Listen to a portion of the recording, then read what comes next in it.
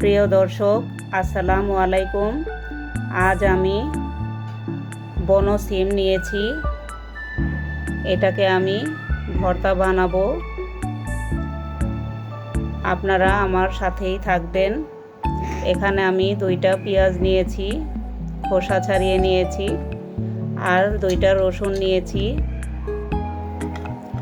আর এখানে আমি 6টা শুকনা মরিচ নিয়েছি, ছোট ছোট। আমি ঝাল কম দিব, আপনারা আপনাদের পছন্দ মতো দিয়ে নেবেন। এখন আমি শিমটাকে সিদ্ধ করে নিব। দেখুন, আমি চুলায় একটি পাতিল বসিয়ে দিয়েছি, এখানে পানিও দিয়ে দিয়েছি। এখন আমি এই শিমগুলোকে দিয়ে দিব। এটাকে আমরা মুখলসিও বলে থাকি।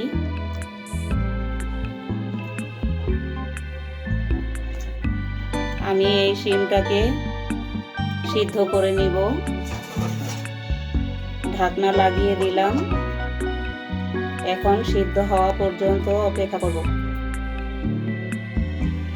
দেখুন, আমার শিমগুলো সিদ্ধ হয়ে গেছে। আমি এখন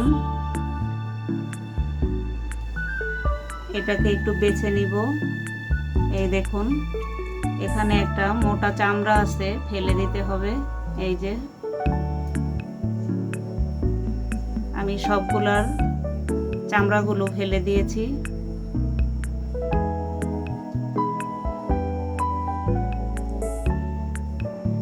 এই দেখুন,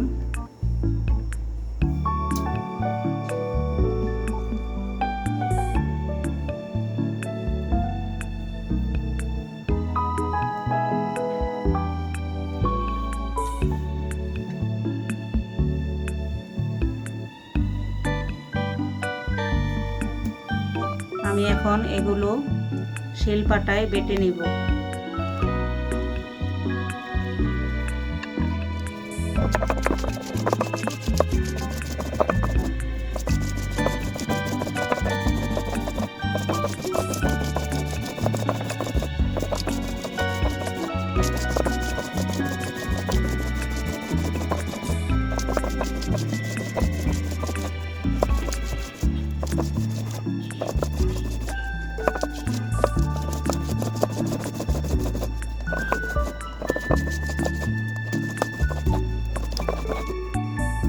দেখুন, আমার মরিচ রসুনটা পেঁয়াজটা বাটা হয়ে গেল।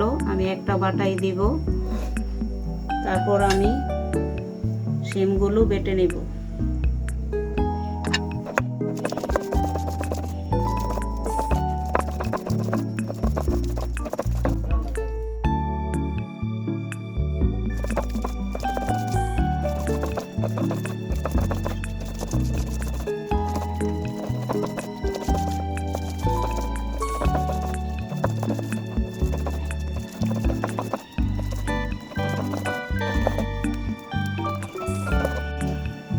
দেখুন, আমার শিম বাটাটাও হয়ে গেল।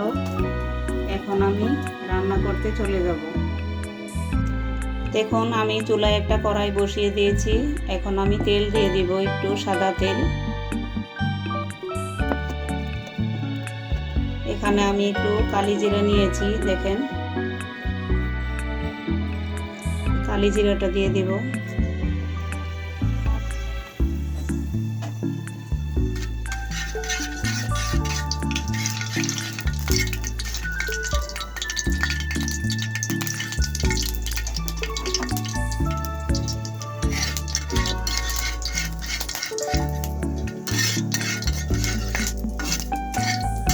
এই ভর্তাটা বানানো শিখেছি আমার মায়ের কাছ থেকে, তাই আপনাদের সাথে শেয়ার করছি। আপনারা করে দেখবেন, খুব ভালো লাগবে। এখন আমি এগুলো দিয়ে দিব।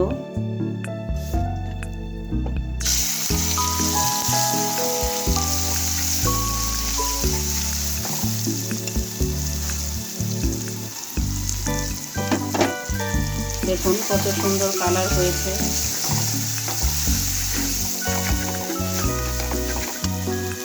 এখন আমি এখানে লবণ দিয়ে দিব পরিমাণ মতো।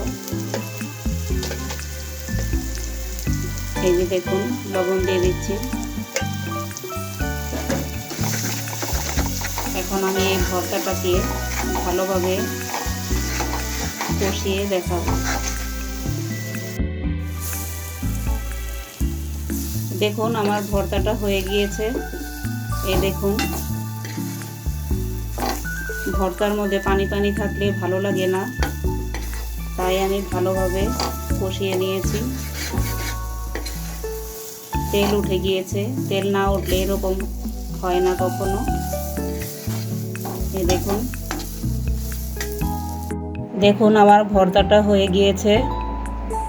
আমার ভর্তা বানানোটা যদি ভালো লেগে থাকে একটি লাইক দিবেন আর সাবস্ক্রাইব করে পাশেই থাকবেন। আল্লাহ হাফেজ।